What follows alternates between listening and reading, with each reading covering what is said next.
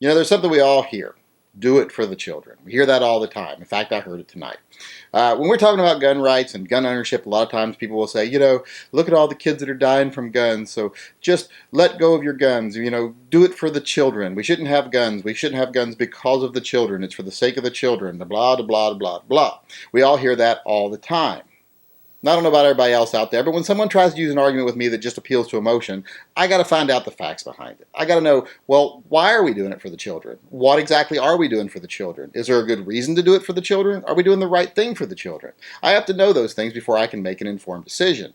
Because everyone knows, if it's for the children, I'm probably going to do it. My children are my life. I have a real soft spot in my heart for children. I don't care much for adults, period, in this world, but children are something I really, really care about. So let's look at the reality of guns and kids and what we should do for the children. Now, every year they love to say things like, oh, tens of thousands of kids go to the hospital every year for gun-related injuries. Well, that's not true. It's really actually about 7,000 kids go to the hospital every year. Kids. Now, keep in mind while I'm doing quotation marks on kids here, because we're going to talk about that more later. About 7,000 kids go to the hospital for gun-related injuries or injuries that happened while they had a gun. It's really vague, the things they did. That Yale study, there were things on that list of like a guy got stitches because he got cut while hunting, and they counted that as a gun-related injury. So, it's real vague, the things that happened. But we know how many actually go to the emergency room and report that a gun might have been involved while they were injured, and that number is at about 7,000.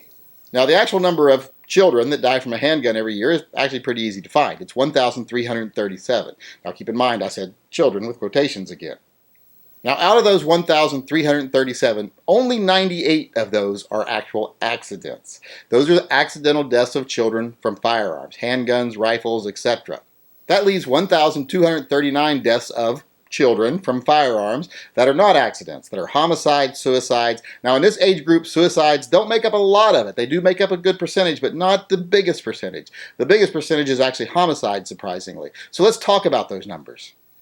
Out of that 1,337 children killed by firearms every year, 1,239 of them are homicides or suicides. You might be thinking, well, why is that number so high, especially the homicide level? Well, here's the kicker. They count children in most of these studies up to the age of 20. 20 years old, and they still count that as a child. And what factors into that big homicide number? Gang killings. In fact, of those numbers, of those children that die, those 1,239, you have a 9-to-1 chance of it being a black male every time it happens. That's just reality. I'm not saying that as anything racist, not making any judgments of why that is, just saying that's the reality.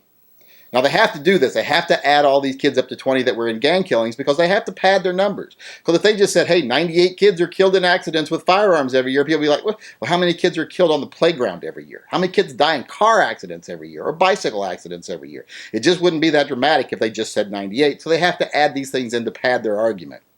But still, that's a really bad thing. 98 kids dying in accidents every year. One kid dying in an accident with a firearm is too many to me. So I would look at 98 and go, wow, that's way too many. We have to bring that down. But one thing we have to look at also is how many kids are protected by firearms every year. How many kids have their life defended by their parents or by themselves with a firearm every year? Now, we know for a fact that there's at least 850,000 self-defenses with a firearm every year. The FBI has confirmed that. That is verifiable. Some people say it's up to 2.5 million. A lot of really good numbers crunchers say because of these numbers that are tried, these numbers that are reported, this is probably the actual number, and it's probably actually closer to 2.5 million. But I'm just going to go with the 850,000 because that's a good verifiable number that no one can dispute. Now, out of those 850,000 self-defense uses of a firearm every year, the FBI, the NRA, everyone agrees that about 75% of them are done at home. They're done on your own property. So that adds up to about 635 self-defenses by people in their homes with a firearm against an intruder, an invader, an attacker, etc. every year. So let's take into account that about half the homes in the United States have children in them. And let's give the benefit of the doubt to the other side of the argument and say, let's say people that don't have kids in their home defend themselves with a firearm at twice the rate of people that do. That still leaves quite a bit of homes with kids in them being defended with firearms every year. In fact, that leaves over 200,000. It's like 212,000 homes every year defending themselves with a firearm that have kids in the home.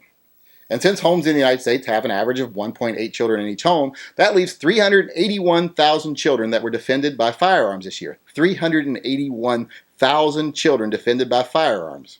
So when you compare 381,000 to 98, that doesn't seem like much of a comparison. Even if we give the benefit of the doubt to the other side and say you can use all 1,337 kids that are killed by firearms every year as your number, our number is still 381,000. That's still not much of a comparison. Even if we give you that entire number of 1,337, that still leaves children being defended by firearms at a rate 284 times higher than being killed by them. To me, that says everything I need to know right there, what I need to do for the children. So I am going to do what I need to do for the children. I am going to do it for the kids. So what am I going to do for the kids? I'm going to do what I think is mathematically and logically the best thing to do. I'm going to have a firearm for self-defense. If I don't have that gun on me or I'm not using it, I'm going to have it locked away properly and securely. I'm going to teach my kids how to properly handle handguns. I'm going to teach them proper handgun safety. And most importantly, I'm going to keep them out of gangs. So the next time someone says to you, do it for the children, say, yes, I agree, we should do it for the children. And then hit them with a little math and see what they think.